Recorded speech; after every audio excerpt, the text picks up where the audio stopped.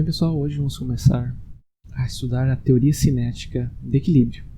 Aqui a gente vai estudar um pouquinho, vai relembrar um pouco sobre funções de distribuição, vamos falar sobre espaço de fase e médias macroscópicas. Então, o estudo da conexão que se dá entre o microscópio e o macroscópico, ele precisa, em geral, de uma estatística específica. Então, a função de distribuição é justamente a estatística que a gente precisa, a informação que a gente precisa para fazer a conversão entre o micro e o macro. Ou melhor, para demonstrar qual é a relação entre as propriedades numa escala macroscópica e propriedades numa escala microscópica. Então, quando a gente estuda termodinâmica, quando a gente estuda mecânica dos fluidos, nós estamos trabalhando com propriedades macroscópicas, com propriedades que são mensuráveis, usando diferentes tipos de equipamentos. Só que essas propriedades macroscópicas, elas são o resultado do comportamento coletivo de entes microscópicos numa escala bem inferior. Então, é justamente a função de distribuição de velocidades moleculares que faz essa conexão, em especial a função de distribuição de Maxwell-Boltzmann, que é uma distribuição de equilíbrio. Quando a gente estuda a termodinâmica clássica, em particular, a gente estuda a termodinâmica de equilíbrio. Então, todas as propriedades que estão sendo mensuradas em um determinado momento são propriedades que não variam ao longo do tempo. Então, dessa forma, nós conseguimos obter essas propriedades a partir do comportamento microscópico, do efeito do comportamento coletivo que se dá numa escala microscópica, nós conseguimos fazer essa conexão. Então, existem propriedades que estão relacionadas a propriedades macroscópicas que estão ligadas a propriedades microscópicas. Por exemplo, a temperatura é uma propriedade que, como nós veremos, está ligada ao comportamento médio da energia cinética molecular. Quando nós estudamos, por exemplo, o movimento de um fluido em um duto, nós determinamos a velocidade usando um anemômetro, por exemplo, nós estamos medindo a velocidade média molecular. Então, essa velocidade média, esse comportamento coletivo, me dá uma velocidade macroscópica média. Então, essa conexão que nós teremos que pode ser feita usando a distribuição de Maxwell-Boltzmann. Então, para a gente entender um pouco melhor a estatística por trás dessa ligação entre o macro e o micro, vamos relembrar alguns conceitos que nós vimos lá no ensino de estatística, lá nos primeiros anos de graduação. Lá a gente estudou as funções de distribuição. Então, para entender essa ideia, o que é uma função de distribuição, como é que ela aparece na nossa análise de propriedades médias, vamos explorar aqui um cálculo simples que considera o número médio de crianças por família em uma determinada comunidade. Então, considere que nós temos uma situação onde eu tenho uma comunidade bastante ampla e algumas das famílias desta comunidade, elas têm uma criança, outras famílias têm 2 crianças, outras famílias têm 3 crianças, outras famílias têm 4 crianças. Então, como é que a gente determina? Então, a gente vê o seguinte: o número de crianças por família não é constante. Então, para a gente trazer um pouco a informação sobre o número de crianças por família de uma comunidade, nós podemos tomar um valor médio. Então, qual o número médio de crianças em cada casa? Qual o número médio de crianças por família? Então, vamos fazer as seguintes definições. NK seria o número de famílias que possuem K crianças. Número de famílias tendo K crianças. Então, K é justamente o número de crianças. Então, K ele pode assumir apenas valores inteiros. Eu tenho uma criança, 2 crianças, 3 crianças, ou até uma família que tem 0 crianças.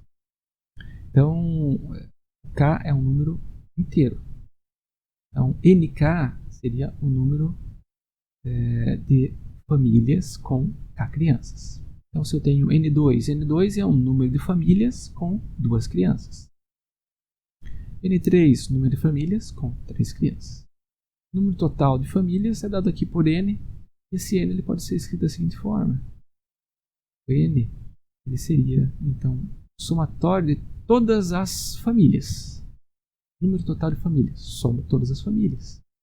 Então, tenho famílias com crianças, tenho famílias com uma criança, tenho famílias com 2 crianças, tenho famílias com 3 crianças. O que a gente faz? Soma todas as famílias e tem o número total de famílias. Aqui a gente está representando isso por K, então NK, onde esse K aqui pode variar de 0 até infinito. Então, o que seria o número médio de crianças? Olha, o número médio de crianças, a princípio, seria o número total de crianças que eu tenho na comunidade dividido pelo número de famílias. Aí eu tenho o número de crianças por família. Como isso oscila, então seria um número médio de crianças por família. Então, como é que a gente determinaria isso? A gente poderia pensar assim, olha, já que eu tenho o número de famílias nessa análise, eu posso dizer assim, olha, eu tenho um número N1 de famílias com uma criança. Vamos dizer, como é que a gente poderia escrever isso? A gente poderia escrever isso assim. Tá? E assim. Eu tenho para uma criança, eu tenho N1 famílias. N1 famílias vezes 1. Para N2, então seria um número de famílias com 2 crianças. Então é um número de famílias vezes 2. Isso me dá o número total de famílias nessa condição. Desculpe, o número total de crianças nessa condição. Mas nós temos também aqui, ó, N3, então número de famílias com 3 crianças. Número, digamos, 5 famílias. Cada uma dessas famílias tem 3 crianças. Tem 15 crianças no total. Então aqui o que a gente está querendo somar é o número total de crianças, considerando essa anotação, essa ideia de NK aqui. Número de famílias. Então, a gente pode seguir até, a princípio, um infinito. Isso aqui matematicamente pode ir até o infinito. Então isso poderia, então, seria dividido, né, por número total de famílias. Então aqui é número total de crianças sobre o número total de famílias. Então o número total de famílias, ó, seria, tenho N1 famílias com uma criança, mais N2 famílias com 2 crianças, mais N3 famílias com 3 crianças, mais, e assim por diante. Então isso aqui ficaria escrito da seguinte forma. Olha aqui, ó. Então vai aparecer o número K, que é um número NK, tem uma somatória aqui em cima. Então esse somatório varia de K igual a 0 até igual a infinito sobre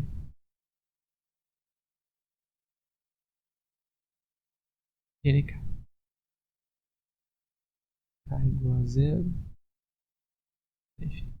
Olha aqui. Então isso aqui me dá, a princípio, uma forma diferente de a gente escrever o número médio de crianças em uma família. Bem, além de trabalhar com o número de famílias que possui K crianças, nós podemos também trabalhar com o número de famílias normalizado, ou fração de famílias com K crianças. Então, em alguns momentos, a gente gostaria de dizer assim, 10% das famílias dessa comunidade tem 2 crianças, 30% tem 3 crianças, e assim por diante. Então, a fração nós podemos definir da seguinte forma. Então, isso ficaria, nós temos que NK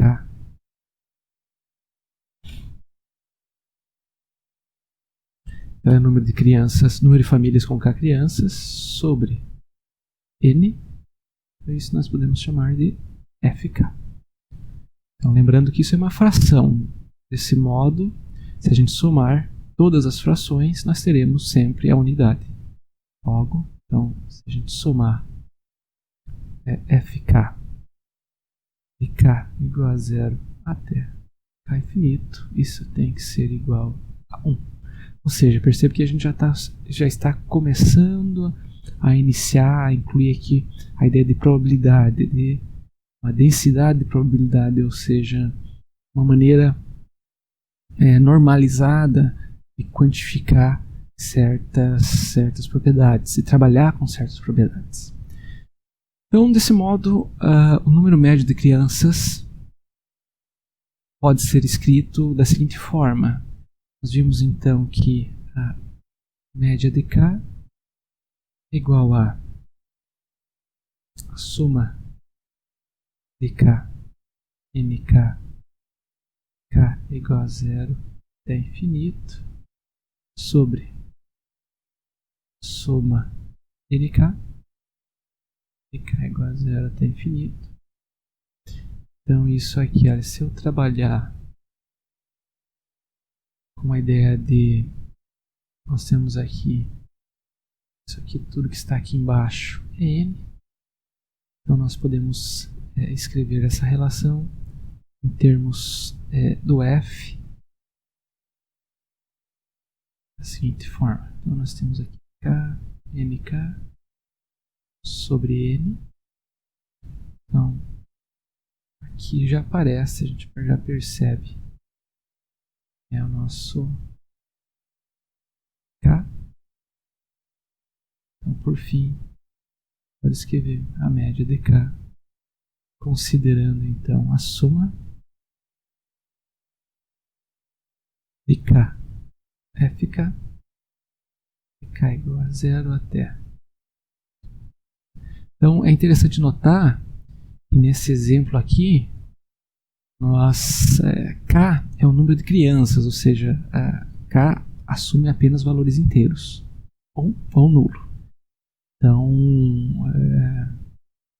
fica um pouco mais difícil quando nós queremos trabalhar, por exemplo, com números contínuos. Digamos que nós estejamos trabalhando agora com um número que pode assumir um valor contínuo.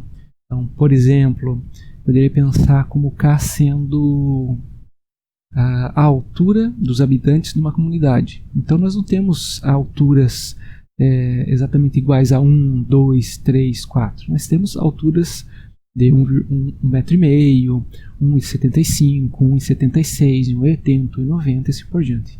Então, nesse caso, a altura é um número contínuo, né? Ele assume valores no intervalo contínuo. Então, a distribuição fica um pouco mais complicado trabalhar com ela dessa forma. Então, agora suponha que você queira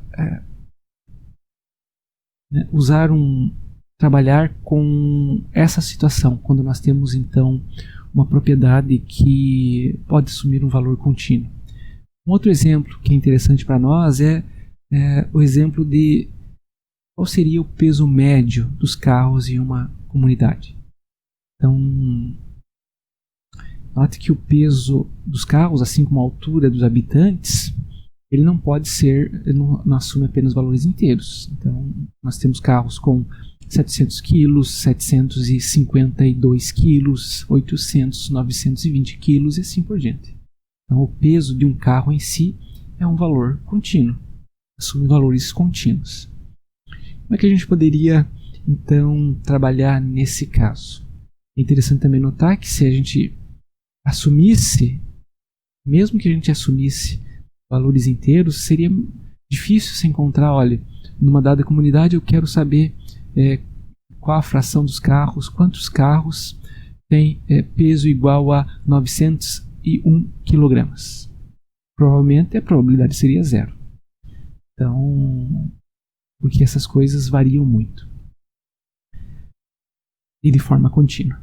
Então, vamos tentar trabalhar um pouquinho mais com essa ideia, só que agora, em vez de trabalhar com o peso de um carro, ou melhor, em vez de trabalhar com valores inteiros, vamos trabalhar com faixas de valores. Então faz muito mais sentido a gente dizer assim, olha,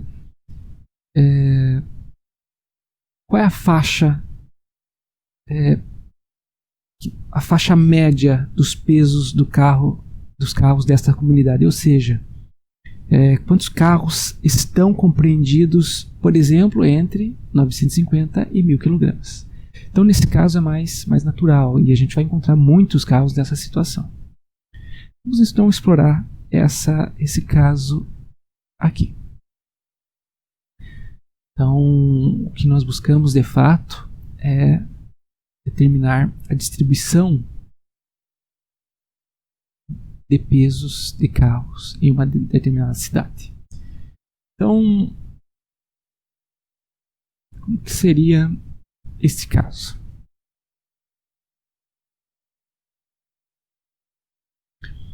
Agora assuma que o número de carros com peso entre WK e WK1 seja justamente delta NK. Então o delta aqui é para indicar, justamente salientar bem que nós estamos trabalhando agora com faixas, com intervalos. Tá? A propriedade de interesse ela está compreendida em um determinado intervalo. Então, nesse caso, nós temos então delta NK, que seria o número de carros com peso entre WK e WK1. Então, WK, nesse caso, poderia ser escrito como sendo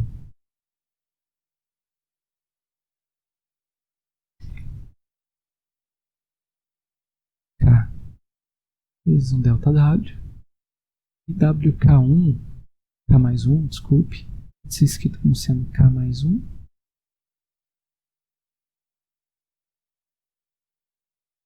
TW, dessa forma.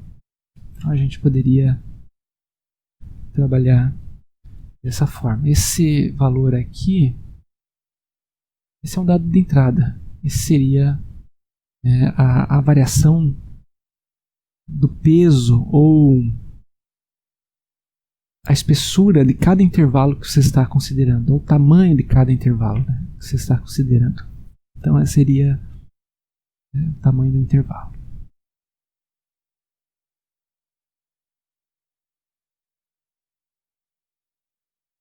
Esse aqui é um dado de entrada. Então, N representado aqui pelo número total de carros. Então, dessa forma, nós temos que, de maneira similar ao caso das famílias, né, a gente somava o número total de famílias. Então, isso aqui é a soma, só que agora de delta NK. Nós estamos trabalhando com intervalos. E K igual a 0 até infinito. Veja que curioso, né? Quando a gente aborda essa situação aqui, nós voltamos a trabalhar com valores discretos, porque agora a gente está dizendo assim, qual é o número de carros. O número de carros é um valor discreto. Nós temos 1 carro, 2 carros, 3 carros, 4 carros. Então aqui voltamos a trabalhar justamente com variáveis discretas.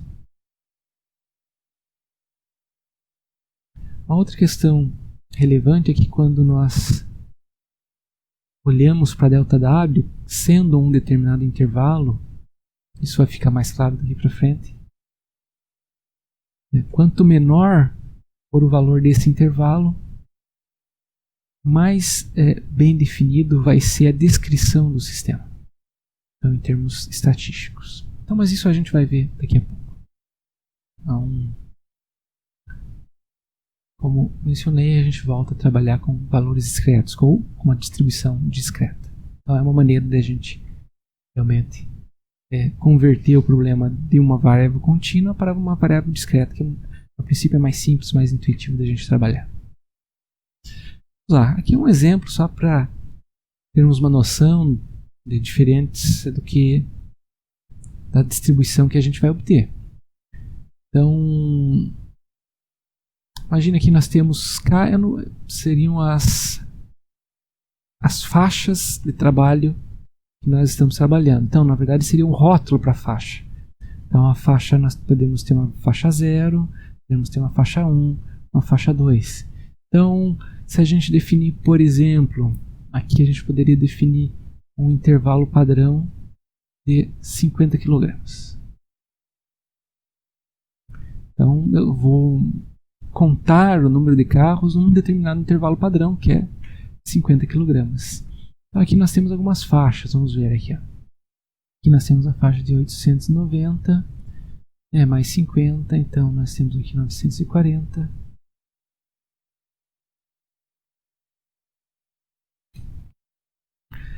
Aqui nós temos a segunda faixa, que seria,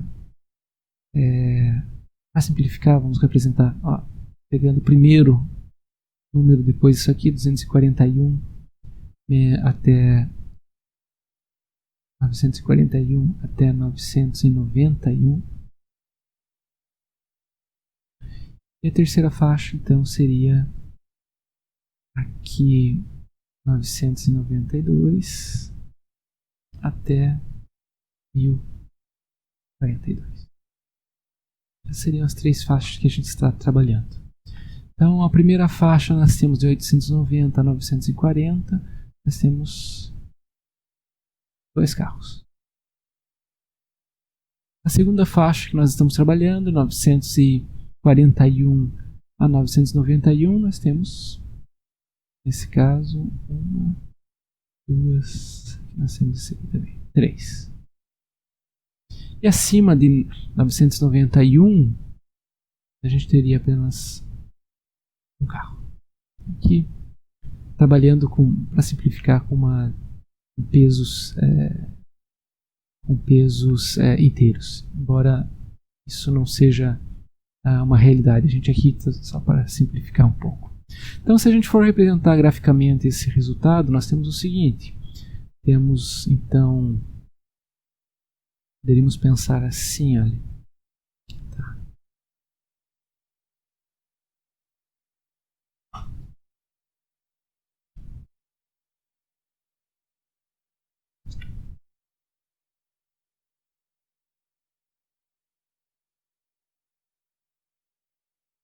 Então aqui teríamos intervalos, né, diferentes intervalos. Então a gente teria o primeiro intervalo,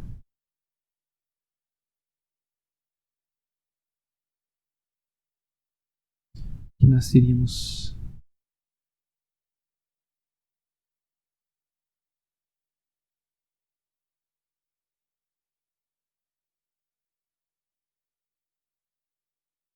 o NK, aqui eu teria os intervalos. Então aqui eu tenho 2 carros, eu poderia definir um outro intervalo sendo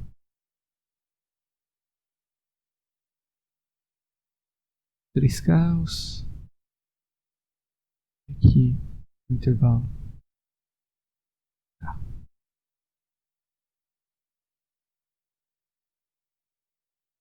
intervalo 1, intervalo 2, intervalo 3. Então aqui a gente teria então um bom exemplo, né, do que a gente vai abordar. Então o número de carros total para cada intervalo fica bem definido por uma distribuição, né? Nesse caso, uma distribuição discreta. Podemos também incluir a ideia de fração nesse caso. Então, no nosso caso anterior, no caso de famílias, a fração de famílias, a gente tinha o seguinte: essa ideia de fração a gente vai considerar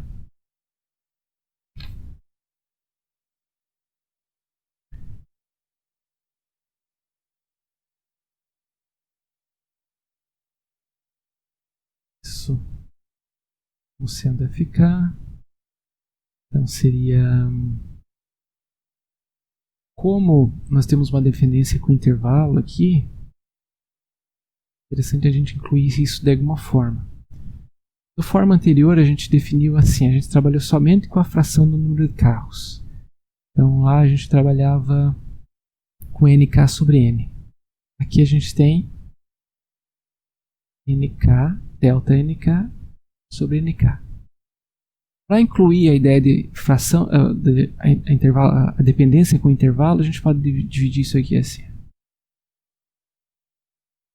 Então, portanto, o intervalo aqui ele fica definido como sendo delta nk sobre n dw. Então, como é que ficaria a nossa distribuição agora representada em termos da fração? Ela ficaria dessa forma aqui, né? Então a gente inclui a dependência do intervalo. Então a gente olhar aqui, nós temos para cada intervalo, o intervalo é padrão, é único. Então dentro de um intervalo de 50 kg nós temos um determinado número de carros, ou agora uma fração de carros naquele intervalo. Para cada 50 kg nós temos uma fração de carros. E o que é interessante aqui, como a gente comentou anteriormente, à medida que a gente diminui o intervalo, mais bem definida é a informação sobre a função de distribuição, sobre FK. Então, se nós considerarmos o caso de o intervalo de carros tender a zero, então a gente passa por uma informação, uma distribuição contínua. Então aí a gente tem toda a informação disponível de maneira bem detalhada. O que acontece é que nessa situação a informação não é bem detalhada, porque quando você tem uma faixa, né, você assume que todos estão em uma determinada faixa. Então isso, em termos de fração, você tem limitação na maneira com que você representa uma variação, né, nesse caso. Então, quando você tem um determinado intervalo contínuo, você consegue captar variações menores da função de distribuição com o peso associado. Essa ideia, né, que torna então, a informação mais rica dessa função de distribuição.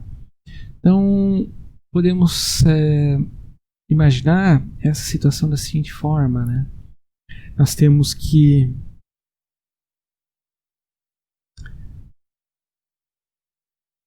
a função contínua. Então aqui a gente está trabalhando com uma função discreta e a gente quer buscar uma função contínua.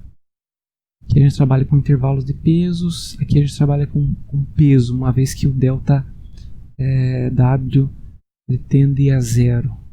Então nesse caso, isso aqui fica dependente de um determinado peso, então a gente passa a ter uma fração do peso associado. Então nós podemos dizer o seguinte, nós podemos dizer que para um determinado peso W, a função FW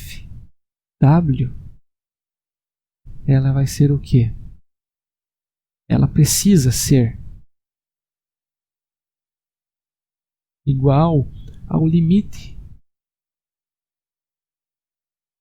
de FK quando o dW tende a zero. Então, na verdade, a gente pode definir isso dessa forma aqui. Então, esse aqui é o limite para o intervalo de peso tendendo a zero do que essa quantidade aqui.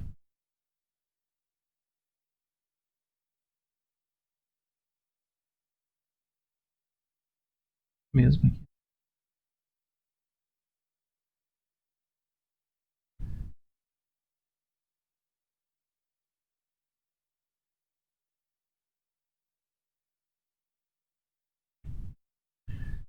Dizemos então que esse FW ele é uma distribuição normalizada de peso de carros e também pode ser interpretada como uma função de densidade de probabilidade. Então, o que a gente tinha lá? A gente inicialmente definia a fração do número de carros. Então, dentro de uma determinada comunidade, eu tenho 10% dos carros nessa faixa de peso. Nesta outra comunidade eu tenho 20% dos carros nessa faixa de peso. Então, o que a gente começa a ter no momento que a gente toma o limite para o intervalo, a gente trabalha então com a função com a distribuição normalizada de pesos. Então, e ela começa a me dizer assim: qual a probabilidade de ter um carro com peso W numa determinada comunidade? Então, essa é a informação passada. Então, ela passa a ser também vista como uma densidade de probabilidade. Então, uma vez que, se você multiplica isso para o intervalo, isso representa a probabilidade do carro estar em um determinado intervalo. Então, já vamos ver isso com um pouco mais de detalhe. Então, a ideia aqui é a seguinte, né? Se nós temos uma probabilidade, digamos que a função de distribuição de probabilidade seja essa aqui.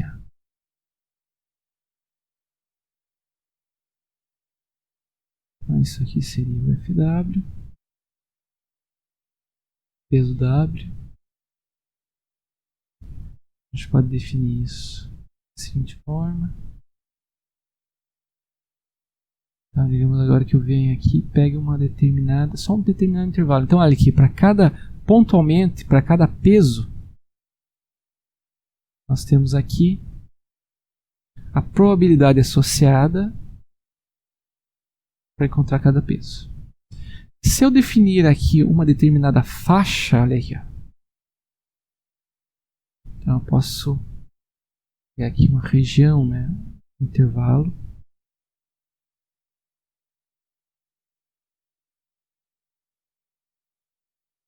Eu tenho um DW. Então se a gente pega assim, a área, né, F vezes DW. Isso representa aquela área.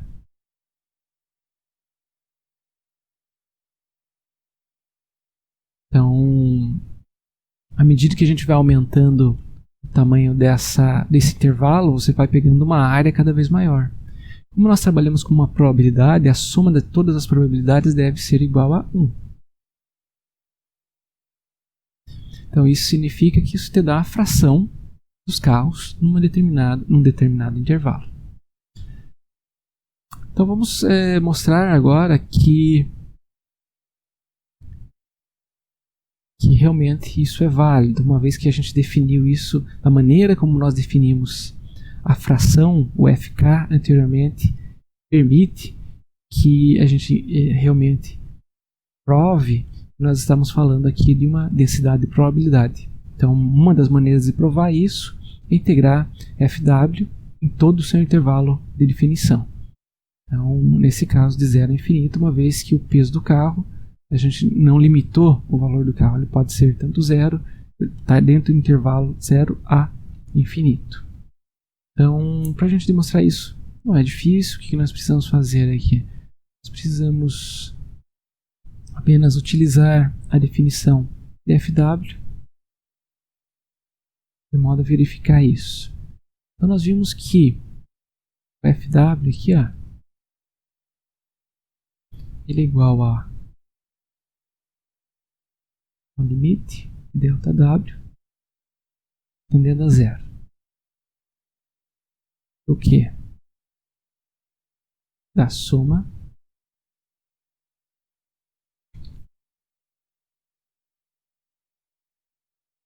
nk sobre n de W. Para todos os Ks, pensando nessa função discreta. Então, essa foi a maneira que a gente definiu isso. Então, ou simplesmente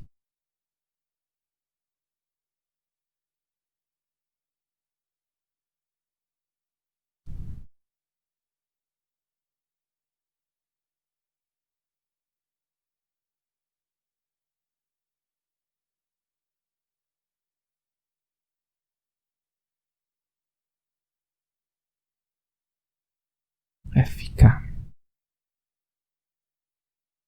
Tá. Então, de um ponto de vista discreto, como é que a gente poderia definir essa integral aqui? Essa integral, em termos do limite, ela pode ser escrita dessa forma. Então, 0 é infinito, w de w, isso aqui é igual a limite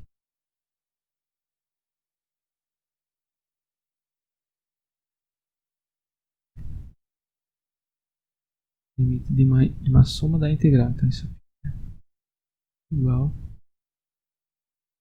a f delta w. Então, quando a gente toma delta w tendendo a zero, a gente transforma essa soma em uma integração.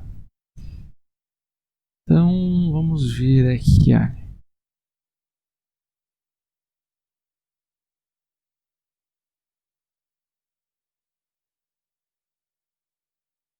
Então, isso aqui é tudo, né? O FK. Se a gente substituir agora isso aqui, temos o limite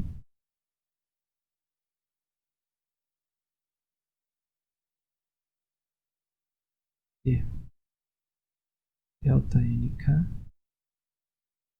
sobre delta w.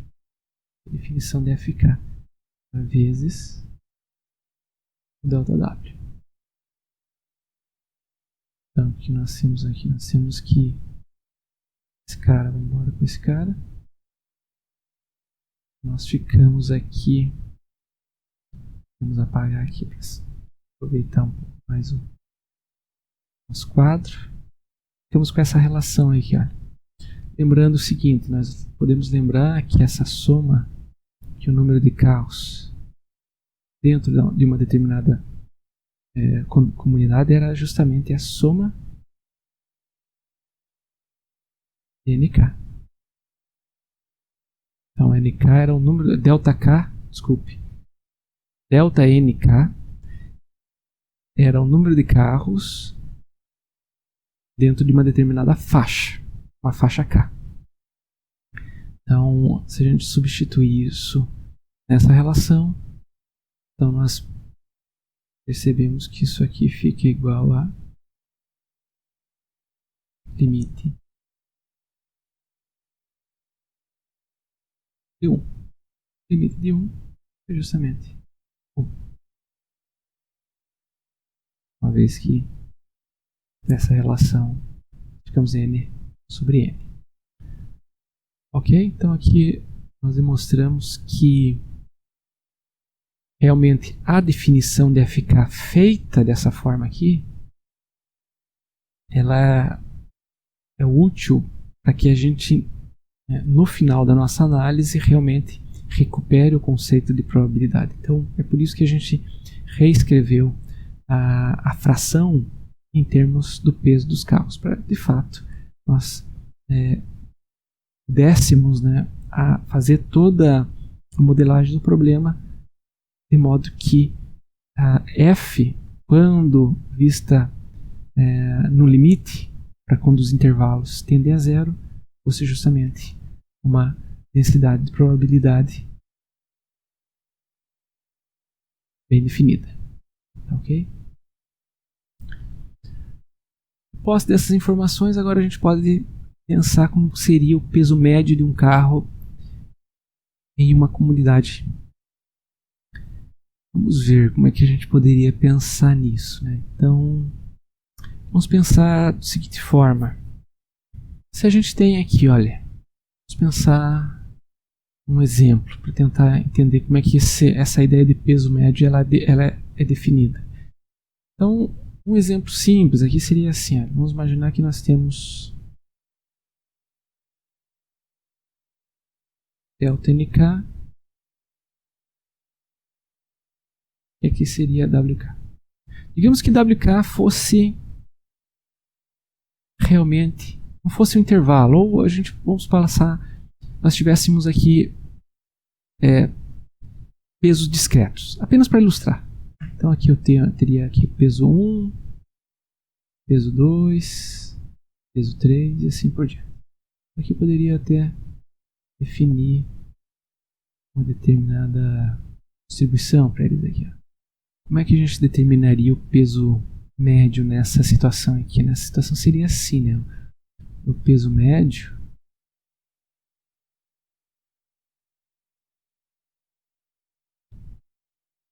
número de carros com peso 1 mais número de carros com peso 2 mais número de carros com peso 3 mais. Então, a ideia aqui é a gente pegar o peso total. Divido o peso total pelo número de carros. Tenho, então, o número médio de carros. Então, se eu tenho uma distribuição associada, eu teria algo assim, ó. Carros com peso 1 vezes delta NK. Mais carros com peso 2 vezes delta NK. 1 aqui. 2 aqui, mais 3 delta N3. Então, isso aqui, né? Tudo dividido pela soma dos carros, né? Que a soma seria a soma de delta NK. Seria o peso, a ideia de peso, né? Então, se a gente pensa na ideia de fração aqui, olha, então isso seria assim, né? Então, delta NK sobre N é a fração. Vamos chamar isso de fração linha para diferenciar daquela que nós definimos há pouco.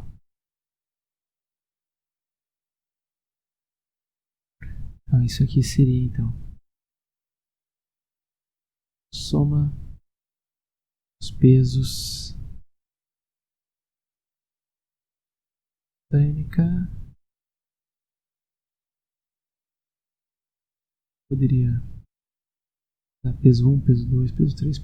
A gente pode até deixar isso aqui para a notação ficar coerente. Então, aqui a gente teria isso. Então, usando a definição df', a gente teria soma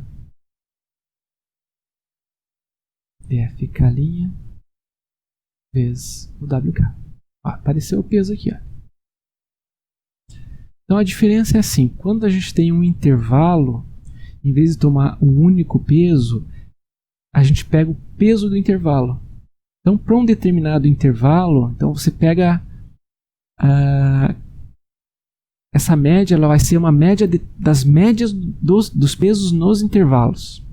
Então, a única diferença é justamente esse valor aqui. Ó. Então, como nós temos um intervalo, a gente faz a troca de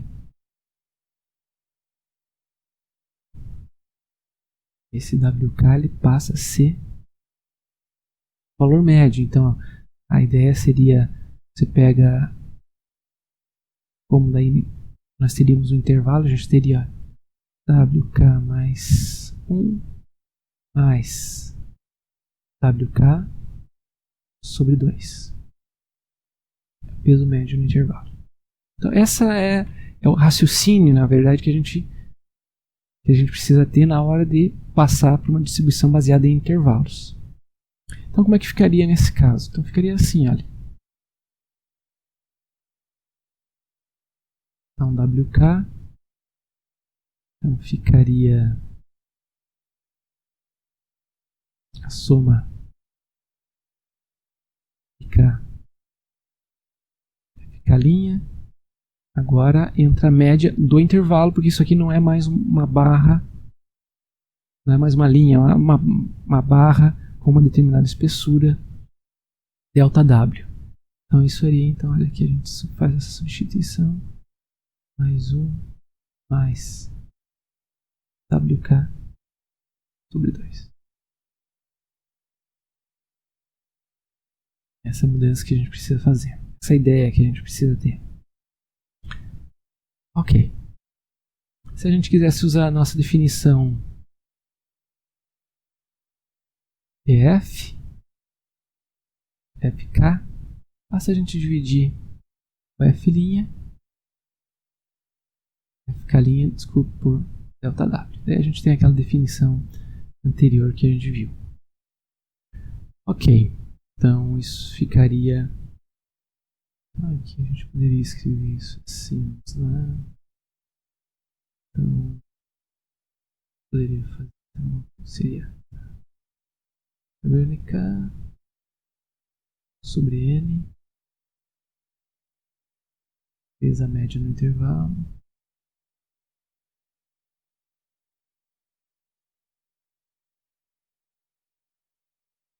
Posso multiplicar isso aqui por 1 ou por ΔW sobre ΔW.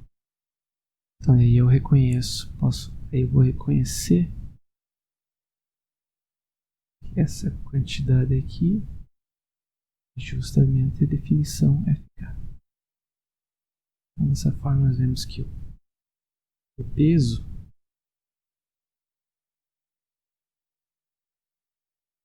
ele vai ser igual a somatório FK vezes WK mais 1 mais WK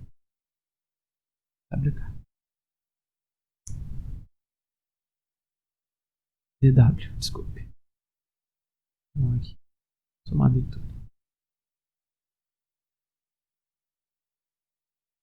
Então podemos aqui utilizar as definições de WK mais 1 e WK. Então, das definições nós temos o seguinte: WK mais 1 igual a K mais 1 dW, WK igual a K vezes ΔW. Isso aqui permite que eu escreva então ΔW sendo que a gente poderia usar isso aqui, poderíamos usar isso e escrever assim ΔW WK mais menos WK.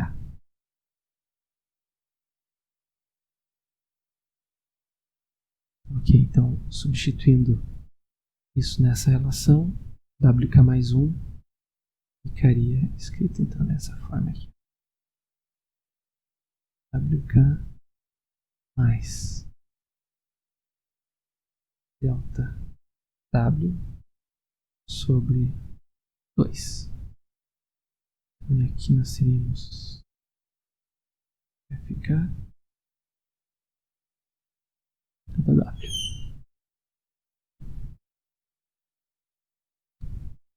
Pera aí, tá faltando alguma coisa nessa relação aqui.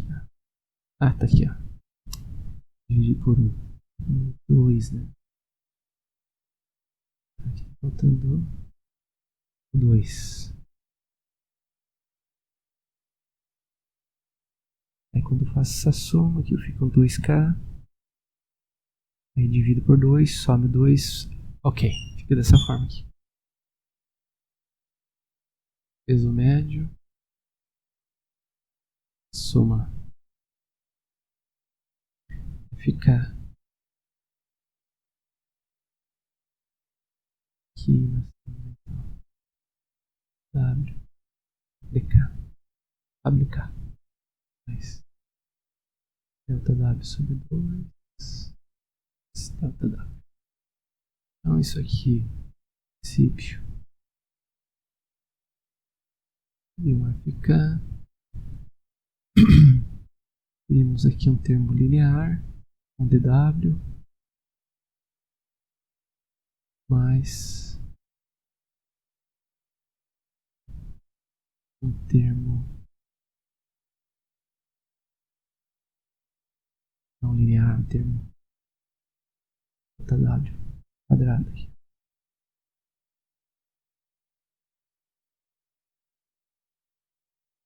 W. Ok. O que acontece é assim. Agora podemos tomar um limite dessa relação aqui. Que a ideia é que nós temos acesso à função contínua FW, FDW, ou seja, a densidade de probabilidade de eu encontrar um carro com determinado W, com determinado peso W.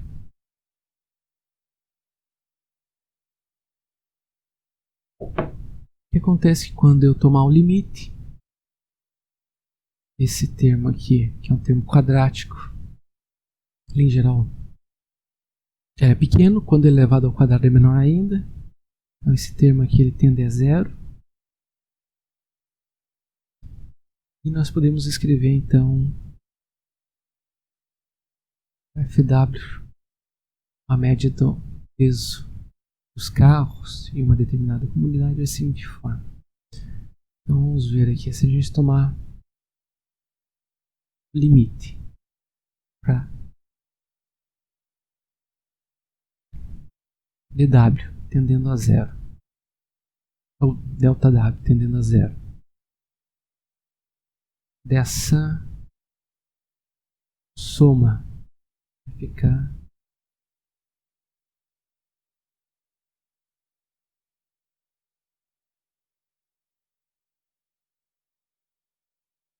então esse termo aqui ele tende a zero, ou esse termo, ou o termo quadrático resultante disso, aqui tende a zero. Quando realmente nós tomarmos o limite, ficaremos com uma integral peso médio dos carros em termos da densidade de probabilidade, sendo definido como W F dW dW. Então esse cara tende a um dW, o FK tende à função de densidade de probabilidade FW, e esse cara aqui ele tende a um único valor W do peso médio dos carros em uma comunidade.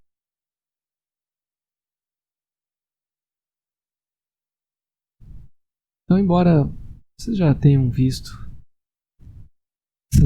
provavelmente essa demonstração no passado, é bom que a gente relembre aqui para a gente ver os passos de como a gente sai de uma distribuição discreta, uma distribuição contínua. Então, nesse caso agora, nós podemos determinar o peso médio dos carros da comunidade usando a distribuição contínua que temos acesso. Então, ela me dá essa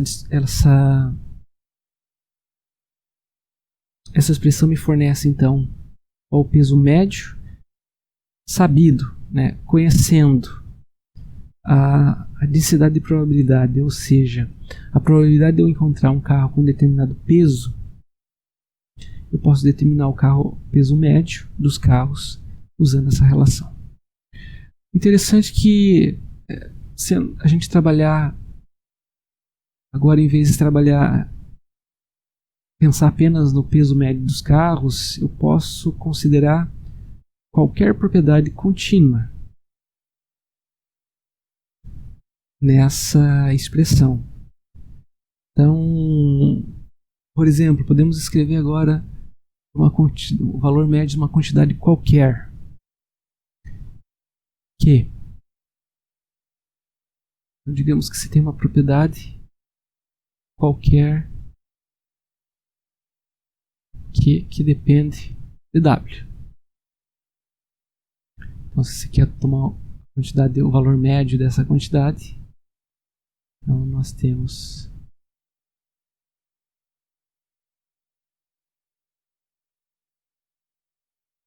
nós podemos determinar isso dessa forma.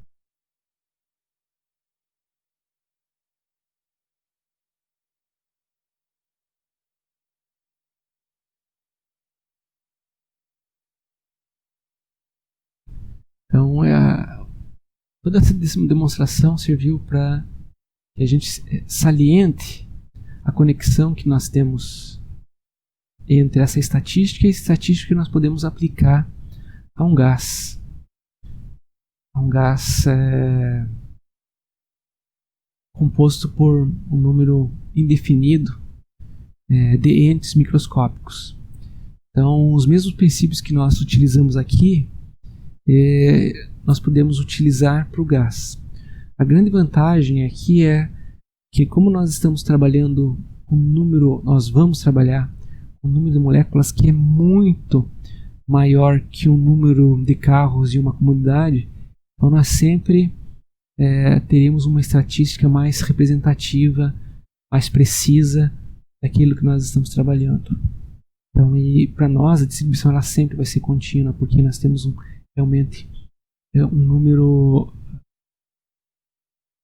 muito grande de moléculas.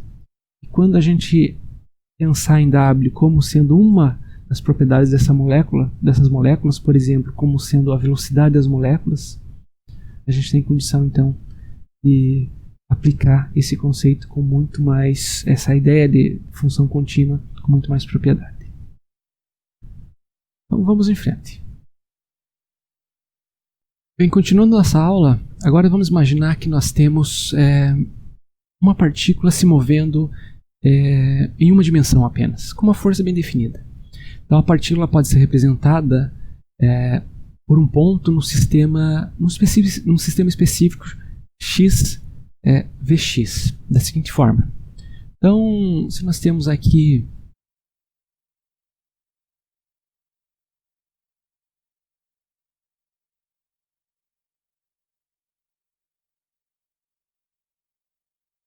uma partícula se movendo em uma direção, nós temos, então, aqui seria a posição x e aqui seria Vx. Então, nós podemos representar o estado da partícula em um determinado momento do tempo dessa forma aqui. Ó. A partícula significa que ela possui está numa determinada posição, x1, por exemplo, e possui uma velocidade vx1. Em que tempo? No tempo t mais 1. Se essa partícula se deslocar para uma outra região, então além de mudar de posição no espaço, ela também pode mudar de velocidade, uma vez que essa partícula ela pode interagir, ela pode colidir, pode ser submetida a uma força durante esse intervalo de tempo. Então isso significa que a partícula ela pode ir tanto para uma condição de posição diferente quanto uma velocidade diferente.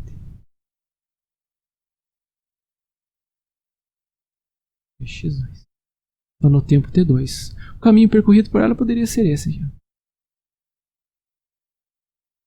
Quando nós estamos representando as partículas, o estado das partículas neste sistema x baseado na posição e na velocidade, nós estamos de fato usando o que a gente chama de espaço de fase. Quando estamos falando do movimento em 3 dimensões, isso fica um pouco mais complicado. Vejam aqui, ó, esse caso que a gente tinha apenas uma partícula em uma dimensão. Então nessa situação a partícula está numa determinada posição x com uma velocidade vx. Quando nós exploramos uma condição em 3 dimensões, agora nós passamos a ter x, y, z, além disso, vx, vy e vz. A representação em 6 dimensões, ela a princípio não é possível. A gente consegue representar algo em até 3 dimensões. Isso fica fácil de enxergar. Então, se você quer representar as 6, a gente não consegue. E essa é a característica comum de partículas reais, porque elas têm cada uma das partículas é descrita por uma determinada equação de dinâmica, uma equação determinística. E de fato nós temos 3 equações, uma para cada componente, x, y e z. Então nós vimos lá que a descrição dinâmica de uma partícula ela depende das condições iniciais, depende das forças envolvidas, da força aplicada, do conhecimento da força aplicada em cada momento sobre as partículas. Então, realmente, a descrição ela fica muito mais complicada. Mas, mesmo assim, a gente consegue dar uma representação para isso. Nesse espaço, 6 dimensões, conhecido como espaço de fase ou espaço μ. Em alguns momentos a gente vê isso também. Então, da mesma forma, o que a gente vai ver? Vai representar um eixo x e um eixo y.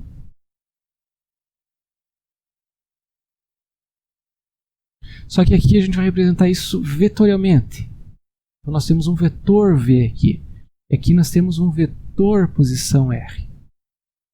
E a partícula, então, num determinado instante de tempo, ela vai possuir, por exemplo, uma determinada velocidade V e uma determinada posição R. É interessante observar que quando nós trabalhamos com essa posição R e posição V aqui, a gente pode definir em torno da posição da partícula no espaço de fase um determinado volume. Então vamos pensar aqui, nós estamos trabalhando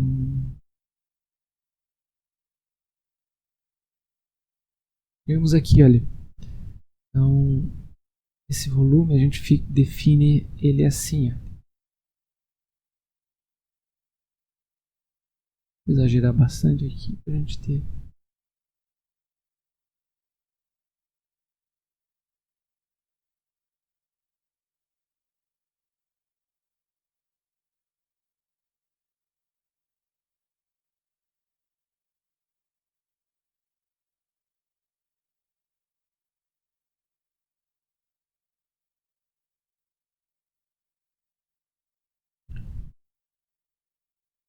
Aqui, ó.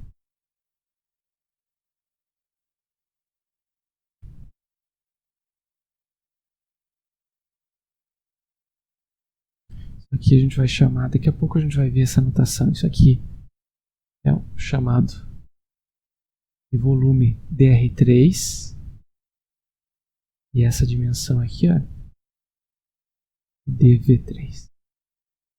Porque indica que nós estamos nos referindo a 3 dimensões, embora a gente represente o espaço de fase isso de maneira esquemática, dessa forma, usando esses vetores. Aqui nós temos um volume no espaço de fase.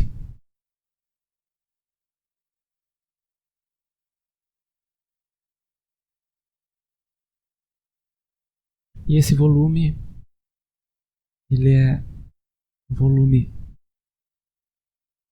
dr3 vezes dv3. Aqui um volume, um elemento de volume no espaço de fase. Então, aqui para ficar mais claro, né? Aqui é um elemento de volume infinitesimal no espaço de fase. A linguagem é muito carregada, então a gente busca sempre simplificar essas coisas. Então nós temos um volume. Vamos ver como é que fica tudo isso, né, representado de uma maneira um pouco mais... como é que a gente representa as propriedades ou o número de moléculas no espaço de fase. Então, suponha que nós temos aqui um gás. Imaginar um gás em um tanque. Ele não precisa estar uniformemente distribuído. Tá? Nós temos um gás aí, um tanque. Nós temos aqui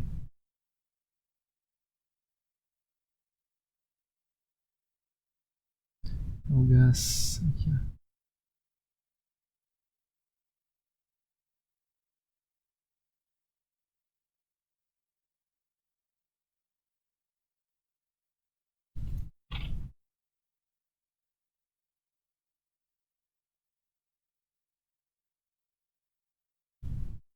Então aqui nós, na nossa notação, nós pegamos aqui a nossa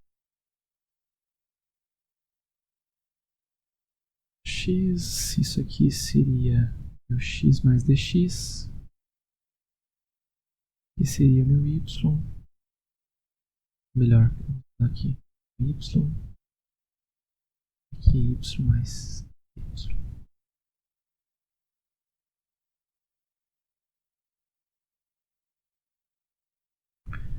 Então, dentro desse meu volume, nós podemos usar a seguinte definição aí, cara. Nós temos o seguinte, nós podemos escrever que dentro desse volume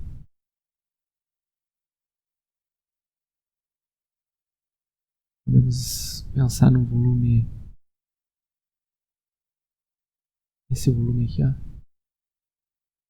Onde seria esse volume no espaço tridimensional, no espaço físico que nós estamos acostumados. Esse volume, ele poderia ser representado assim, ó. Então seria se a gente está usando notação, sobre trabalhar aqui com essa notação diferenças finitas, depois a gente toma o limite aí. Isso seria dx, dy, dz. Então esse seria um volume no espaço que nós estamos acostumados. Esse espaço que nós estamos acostumados, ele também é chamado espaço de configuração.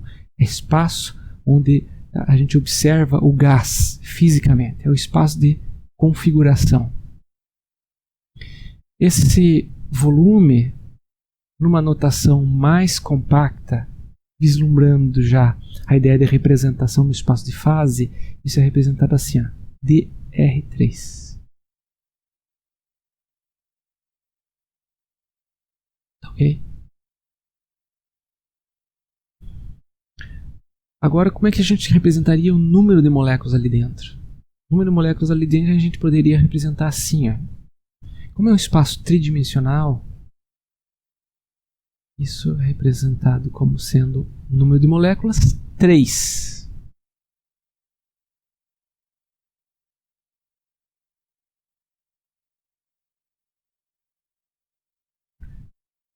Esse aqui é realmente o número de moléculas ou partículas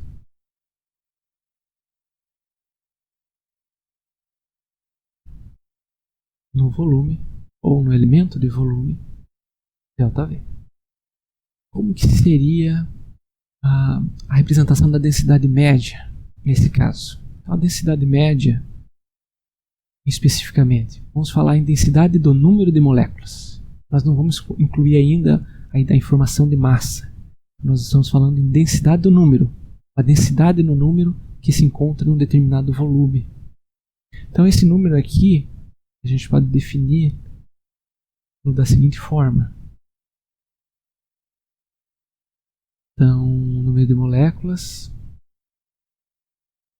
ele seria N, número de moléculas, sobre a unidade de volume. Essa seria a densidade no número de moléculas, representado aqui por Nzinho. Então, se a gente quer representar isso no volume finito que está apresentado aqui, nós podemos então representar isso assim, ó, usando essa notação. Então, isso seria D3N sobre DR3. Vejo que é só notação, leva um tempo para a gente se acostumar, mas depois que a gente se acostuma, tranquilo. Para indicar que a gente está trabalhando no espaço tridimensional, sempre deixar evidente que nós estamos trabalhando em 3 dimensões, x, y, z, nesse caso.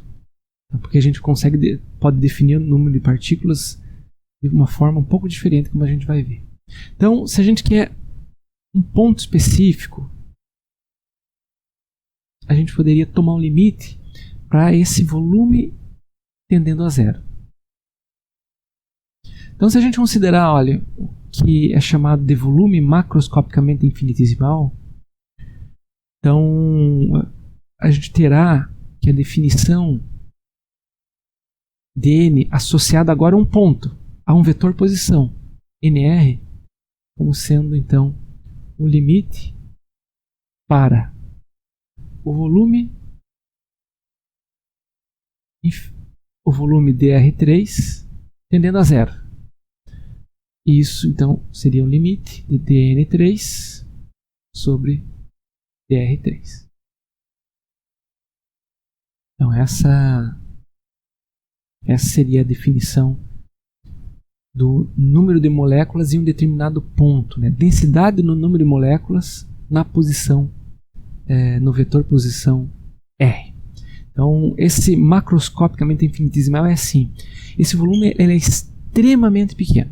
nós estamos falando em volumes como esse, da ordem disso aqui. Ó. Mesmo sendo extremamente pequeno, ele ainda contém uma quantidade de moléculas extremamente grande. Então, embora ele seja infinitesimal em termos físicos, em termos de espaço físico, o número de moléculas ainda é extremamente grande, de modo que ele, a princípio, poderia até ser considerado como um volume macroscópico. Então, ele é pequeno, mas ainda tem estatística suficiente para a gente analisá-lo usando lá as leis, baseadas, as leis para funções de distribuição, como a gente discutiu, derivou anteriormente.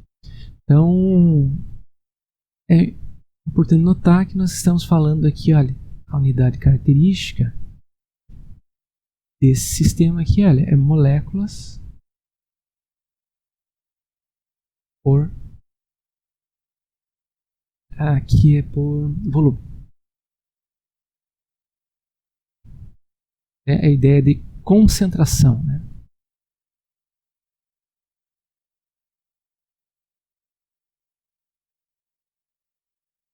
Então, nós percebemos então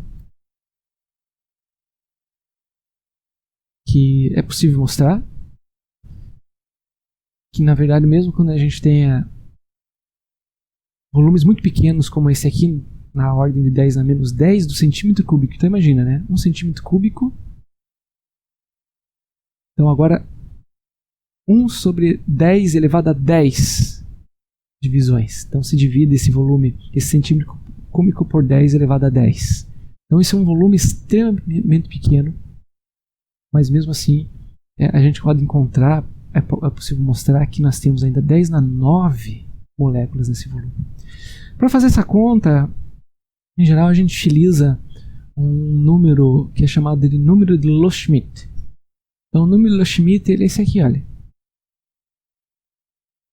Ele é 2 vezes 10, 2,69 vezes 10 na 25. E ele nos dá o número de moléculas que eu posso encontrar em um gás, o número de moléculas que eu posso encontrar em um metro cúbico. Né?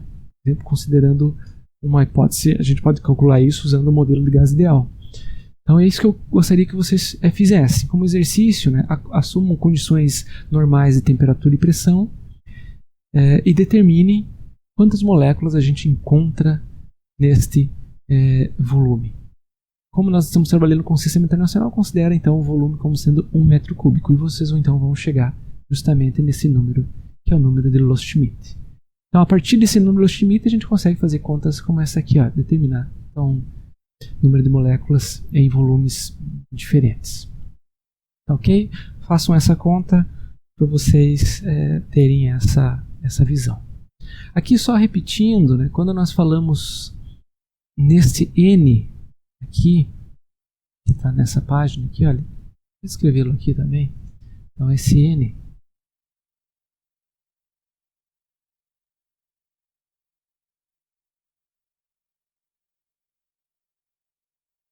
então, essa medida de concentração em um determinado ponto, né, quando nós tomamos realmente o volume tendendo a zero, esse N aqui, ele também é conhecido como função distribuição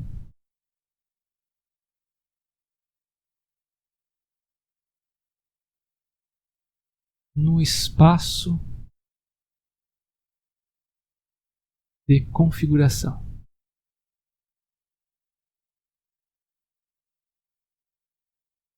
Então, no espaço de configuração. Veja aqui que quando nós trabalhamos com essa definição aqui, não estou falando em nenhum momento de velocidade. Então, significa que nós estamos falando apenas do espaço físico. Esse espaço físico também é conhecido como espaço de configuração. Principalmente essa é a notação que o nosso livro-texto utiliza. Agora podemos estabelecer, conhecendo a função de distribuição no espaço de configuração, ou seja, se a gente tem essa informação sobre número de moléculas, sobre concentração em determinados pontos do espaço, ou seja, nós conhecemos NDR, a gente consegue determinar o número de moléculas associado a um determinado volume infinitesimal. Então, isso na verdade não é nada diferente do que a gente fez. Então a gente só usa a ideia, o conceito de concentração como sendo número de moléculas por espaço, por unidade de volume. Aqui a gente está usando aqui um volume infinitesimal. Então, nesse caso, sendo um volume infinitesimal, esse número de moléculas dentro desse volume de R3, ele é simplesmente N, R, R3. Ou N, R. A gente acostumar com essa notação, isso aqui é dx, dy, dz. Então, número de moléculas por unidade de volume. Desse cara aqui, como a gente viu ali, moléculas por volume. Ok? Então, o que nós precisamos agora pensar é assim, a distribuição, a função de distribuição no espaço de configuração, ela não fala nada sobre a velocidade das moléculas. Então aqui a gente consegue determinar qual é o número de moléculas num determinado volume do espaço de configuração, a partir dessa relação aqui. Só que nós queremos generalizar esse conceito de número de moléculas agora para o espaço de fase, que é um espaço de 6 dimensões. Então, para isso, a gente precisa incluir aqui a informação de velocidade das moléculas. Como é que a gente faz isso? Lembre-se como é que a gente fez anteriormente. Nós consideramos que a gente tinha um determinado volume, olha aqui, ó. Vamos lembrar lá, olha aqui, ó. Quando a gente trabalha com espaço de configuração, você representa um elemento de volume no espaço no espaço de fase por essa quantidade aqui, ó. Então é isso que nós vamos fazer agora. Então nós vamos extrapolar esse conceito. Em vez de falar apenas de volume do espaço de configuração, volume do espaço físico, nós vamos falar do volume do espaço de fase. A gente só generaliza o conceito. Como nós estamos agora usando 6 dimensões, a gente não representa um número de moléculas por DN3, e sim por DN6, porque a gente está justamente no espaço de fase, que possui 6 dimensões. Então, nesse caso aqui, olha, o D6N ele fica sendo igual a uma função de distribuição que ainda não conhecemos no espaço de configuração, ou seja, que leva em consideração tanto posição quanto velocidade. F. Fazendo uma analogia direta com essa quantidade aqui, ó. Só que agora ela possui informação da velocidade. Como ela possui espaço tanto de velocidade quanto de posição, a gente representa esse número total assim, da mesma forma convencional, como a gente fez ali, ó. Isso aqui seria dx, dy, dz, só que agora tem informação de velocidade também. Vamos lá, então aparece aqui, ó, dvx, dvy, dvz. Já percebeu como vão ser as nossas integrais daqui para frente? Quantas integrais a gente vai realizar em uma determinada análise? Mas vocês vão ver que, na verdade, esses cálculos são bastante simples. Nada foge daquilo que vocês já viram até hoje. Então, vamos lá. Então, isso seria de uma maneira mais compacta. Então, a gente pode representar o DN6 como sendo simplesmente F DRV, a função de distribuição no espaço de fase, uma vez que ela considera RV, DR3, DV3.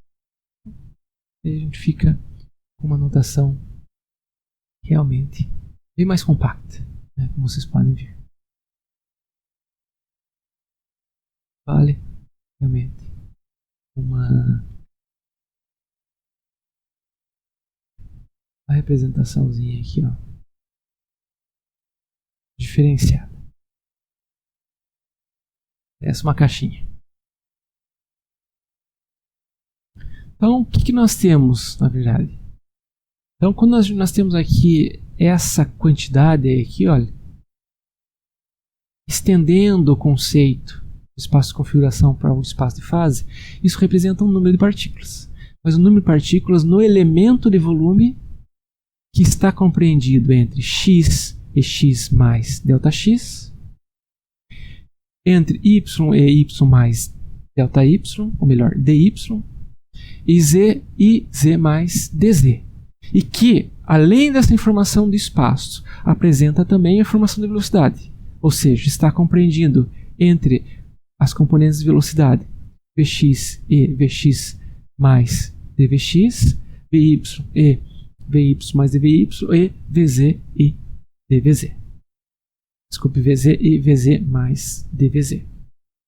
Então, agora nós englobamos tanto o espaço de configuração quanto o espaço de velocidades, quanto o espaço XYZ, quanto o espaço Vx, Vy, Vz.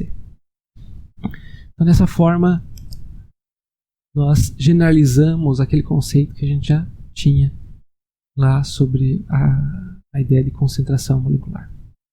O curioso é que R de V e F de RV e N de R estão intrinsecamente ligados.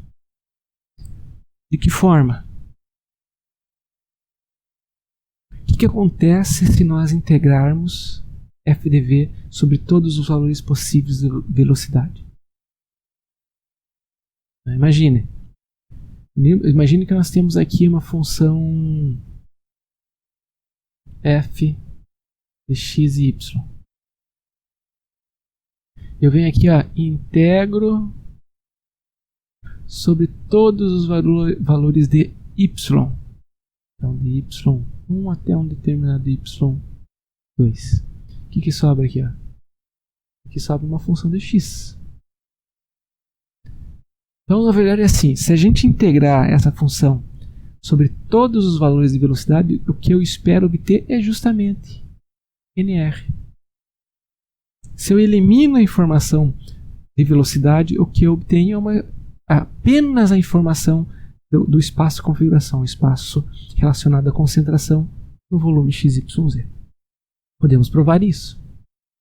Então, como é que a gente mostra isso? O que a gente mostra, na verdade, é assim, que essa relação ela deve ser escrita dessa forma aqui. Olha.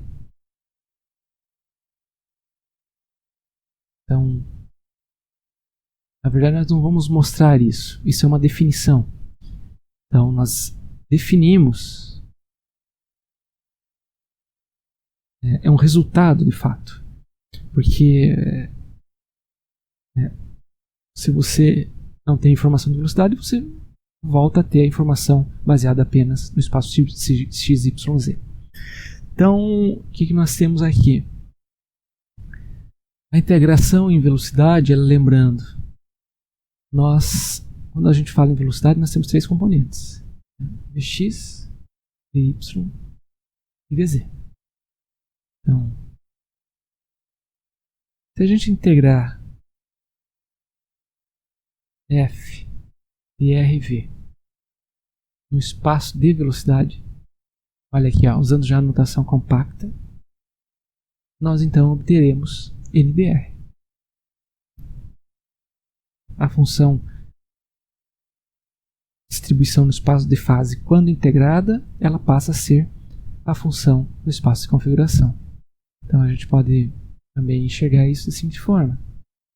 Então isso seria integral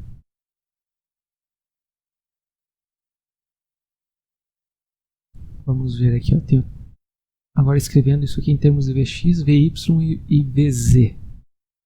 Então temos aqui, eu posso então escrever isso aqui, ó, dVx. Como é uma componente de velocidade, ela varia de menos infinito mais infinito. dVy de menos infinito até mais infinito. E fica de menos infinito até mais infinito. DVZ. F de PR X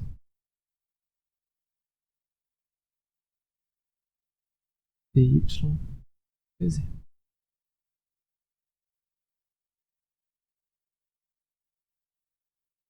Então, de fato, nós verificamos que a F, na verdade não verificamos, na verdade nós definimos isso, nós sabemos que esse tem que ser o resultado. Nós podemos mostrar se a gente conhecer a função de distribuição. A gente consegue mostrar isso de fato. Então, PV3. Isso aqui também merece aqui uma apresentação.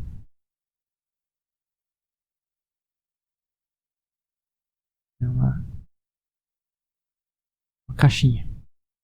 Então, isso aqui mostra que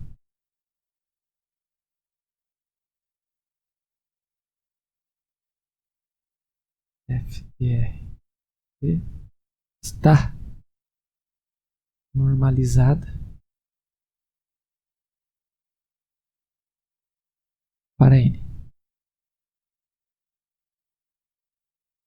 Uma medida de concentração. Podemos agora trabalhar com a ideia de normalização, como fizemos anteriormente. Então, em vez de trabalhar com a função com essa ideia de número de partículas, nós podemos trabalhar com a ideia de fração de partículas, para que a gente possa incluir então aí o efeito, a ideia de probabilidade, de frequência ou de densidade de probabilidade. Então, nessa forma aqui, essa função de distribuição normalizada ela é assim, como nós fizemos anteriormente. Então, ela é representada por Fzinho, R de V. Então, ela é a função de distribuição F maiúsculo, R de V sobre N.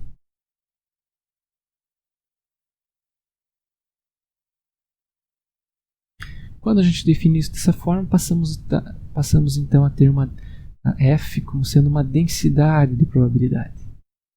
Né? A gente pensar na função de distribuição, então nós vemos que F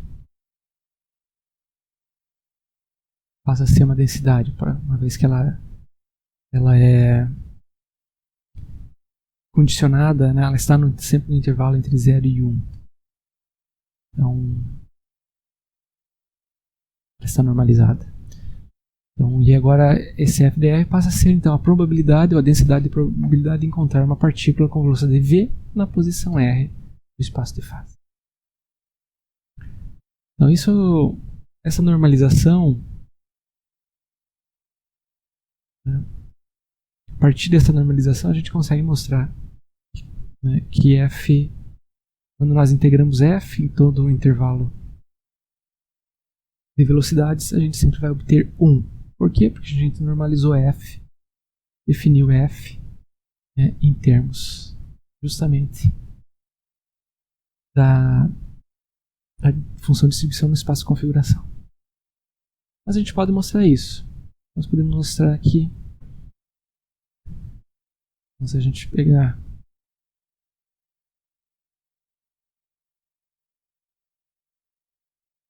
F de RV, PV3, então integramos F de V sobre N. Isso aqui está integrado nas velocidades, PV3. Então isso vai dar 1 sobre N.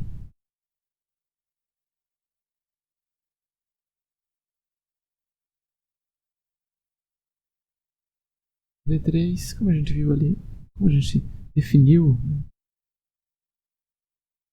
pode verificar. Isso aí MR. Logo, aqui é igual. A gente verifica que realmente a gente está trabalhando com uma densidade de probabilidade. Então, estamos trabalhando com a fração do número de partículas que está compreendida dentro de um determinado espaço de configuração e com uma determinada ou dentro de uma determinada faixa de velocidade. A ideia é essa. Nós definimos assim: existem moléculas que estão contidas em um determinado espaço e, além disso, elas estão dentro de uma faixa bem definida de velocidades. Então, é essa a ideia que a gente precisa sempre ter em mente. Então, para a gente encerrar, pessoal, né, a gente precisa reconhecer, sempre ter em mente que quando nós estamos trabalhando com propriedades macroscópicas, como a gente já mencionou anteriormente,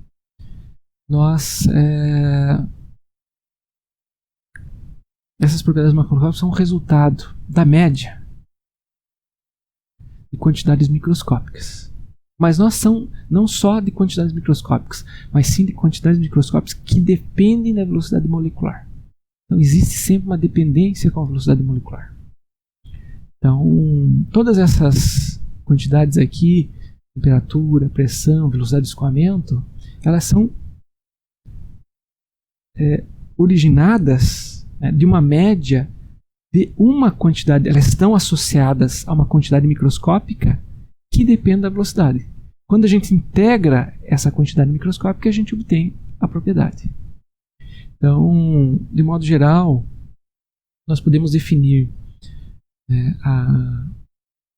a média da quantidade dependente da velocidade para as moléculas em um elemento de volume macroscopicamente infinitesimal, dr3, localizado em R pela seguinte relação. Então aqui se eu tenho uma quantidade Q e eu quero saber a média dela. Quando eu calcular a média dela, veja que o resultado vai ser uma propriedade média numa posição R. Então isso vai ser a integral de uma quantidade qualquer, dependendo da velocidade. Quando nós utilizamos então a função de distribuição normalizada e integramos o espaço de velocidades. Então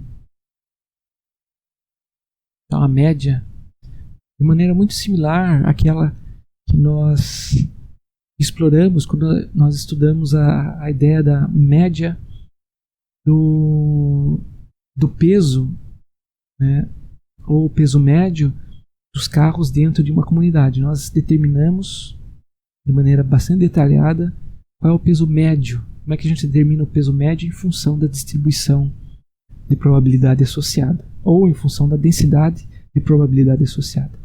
Então aqui podemos usar todas aquelas ideias para obter as propriedades médias, que pode ser, por exemplo, a velocidade do fluido. A velocidade do fluido, o que é?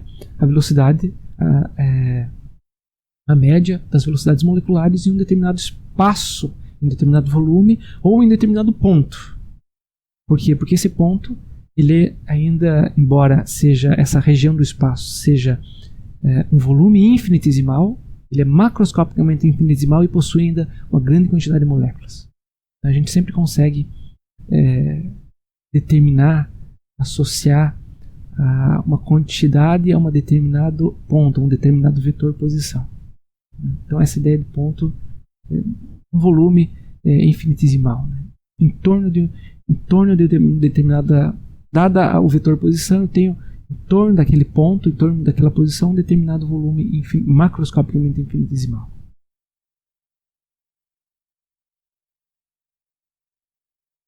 Posso definir isso dessa forma. Posso enxergar isso dessa forma.